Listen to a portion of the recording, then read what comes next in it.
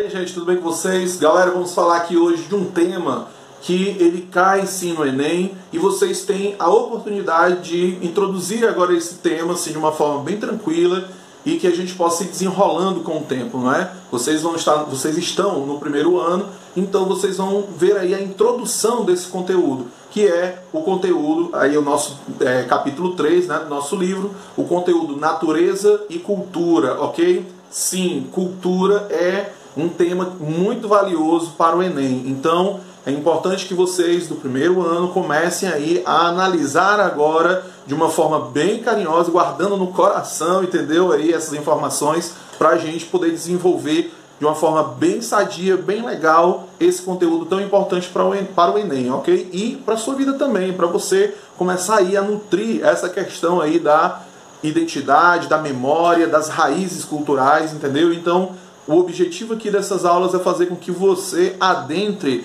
a esse universo maravilhoso da natureza e da cultura, ok? Então, pega na mão do pai e vem!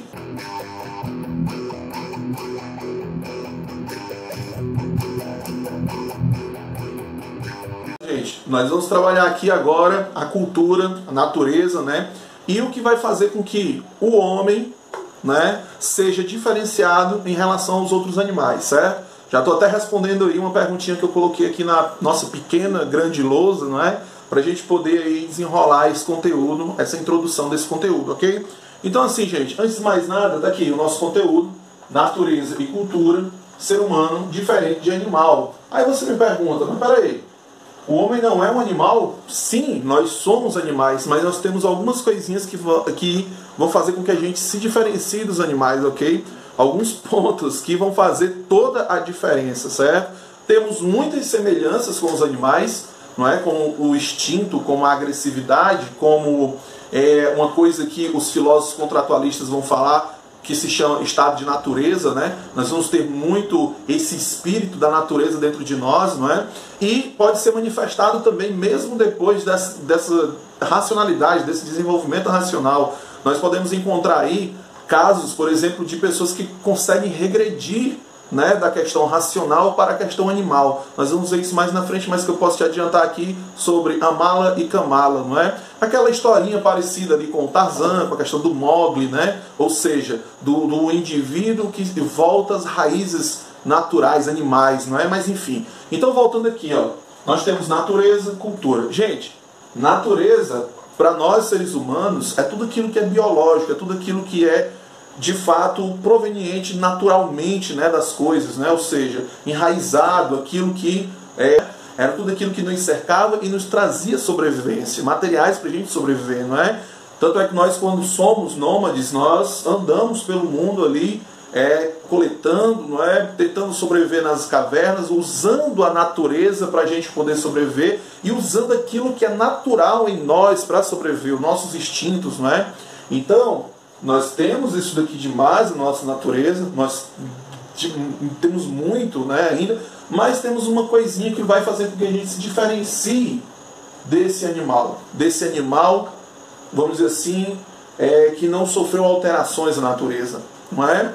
Então o que nós temos aqui? Quando a gente leva para o lado animal, gente, nós vamos exclusivamente para o lado biológico, para o lado químico, né, para o lado do instinto, não é? Do reflexo, certo? Então, o que nós podemos pegar aqui, ó, por exemplo? Nós vamos ter, por exemplo, a teia de aranha, não é? Ninguém ensina aquilo para a aranha, né? A aranha já vem com aquilo dali meio que na programação dela, no instinto dela, não é? O João de Barro, né? Ninguém ensina o João de Barro a fazer um ninho de barro, não é? Aquilo já vem na programação dele, ou seja, na natureza dele. Então, voltando aqui para o lado filosófico da coisa, gente, nós vamos ter vários filósofos que vão trabalhar essa questão do homem que já nasce pronto ou do homem que vai se desenvolvendo durante a sua vida, né? Quando se trata disso aqui na filosofia, já que esse é o nosso tema do nosso conteúdo de filosofia do primeiro ano, nós vamos ter aí Heráclito falando que o indivíduo ele é uma diversidade, ele se transforma, ele é um constante devir. Nós vamos ter Parmênides que vai dizer que não, que o ser humano já vem pronto, é um ser único e imutável. Mais na frente nós vamos encontrar, né, a mesma briga aí entre Platão e Aristóteles, né? Aristóteles vai dizer que o indivíduo ele já vem puro, ele já vem ali sabendo das coisas, né? Enfim, já vem racionalmente programado para a vida, né? Só vai relembrando aquilo que já aprendeu ali no mundo das coisas perfeitas, enfim, das formas perfeitas. E Aristóteles não. Aristóteles diz que não, que o homem ele vai aprendendo aqui no físico, nesse mundo físico, não é? No livro de vocês aí, gente, nós temos uma frase muito importante que vai falar justamente dessa questão da transcendência do homem, ou seja, desse além-homem, dessa capacidade humana, que aí eu vou responder aqui agora essa pergunta, ó, o homem não é um animal? Sim, mas o homem tem uma capacidade que o animal não tem, que é o seguinte: nós temos a capacidade de ultrapassar o tempo e o espaço, os nossos limites. Né? Nós temos uma capacidade de evolução, nós temos uma capacidade de aprendizado e de transformação. O homem de hoje, ele não é igual ao homem neandertal. O homem de hoje, a guerra de hoje, a medicina de hoje não é igual à de antigamente. Por quê? Porque nós estamos nessa constante transcendência, nessa constante transformação, nessa constante evolução, nessa constante caminhada além de nós. Tá dando para entender, turma? Tranquilo? Guarde no seu coração isso, guarde no seu coração, entendeu? Então assim, gente, o que eu posso dizer para vocês logo de cara aqui, que a natureza é aquilo que constitui o que nós somos, é aquilo que faz parte das nossas necessidades, das nossas apreciações em relação ao mundo, das nossas necessidades, como eu disse dos filósofos contratualistas, não é? Da questão do estado de natureza nosso de cada dia, né? Por isso que você vai encontrar indivíduos que parece que já vem na programação deles, assim, na cabeça deles, que o estado de guerra é muito aflorado. Você vai encontrar isso em Hobbes, por exemplo, não é? O estado de guerra constante, o homem egoísta, no estado de natureza: se eu quero comer, eu vou comer, se eu quero matar, eu vou matar, enfim, isso é o estado de natureza do Hobbes, não é? De forma bem grosseira aqui.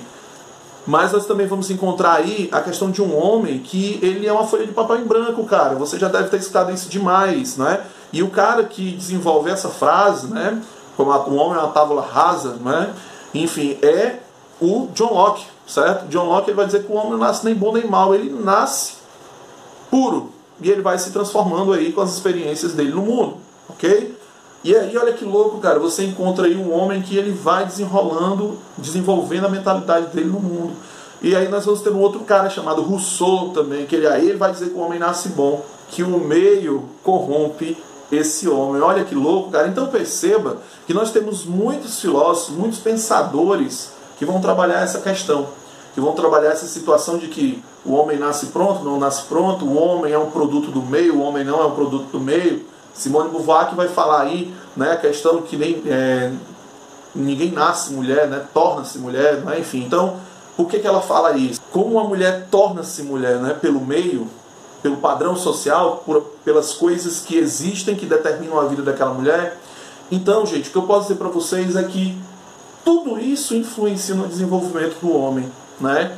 Para nós termos esse desenvolvimento aqui, né, da arte, de eu fabricar uma obra dessa, que representa o ser humano, que representa tantas outras coisas, não é? Eu tenho uma partícula muito importante na questão cultural, que se chama simbologia, que se chama significados, que se chama memória, identidade. Tudo isso corresponde a um detalhe importantíssimo no ser humano, que se chama razão. A razão, gente, vai ser aquilo que vai diferenciar o homem de todos os outros animais.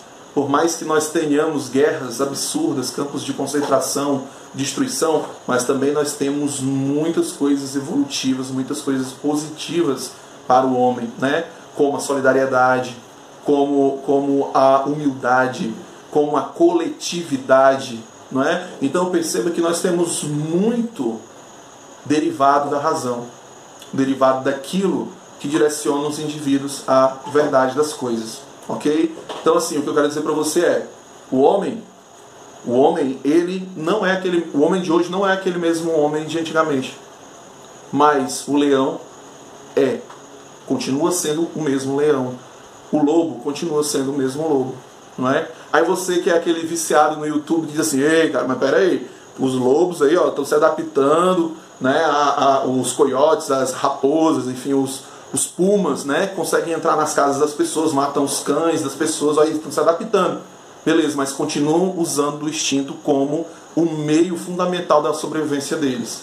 Nós não usamos somente o instinto. Nós usamos sim a nossa razão, o intelecto, o logos, não é? A lógica, para a gente poder desenvolver conhecimento, para a gente poder sobreviver. Ok?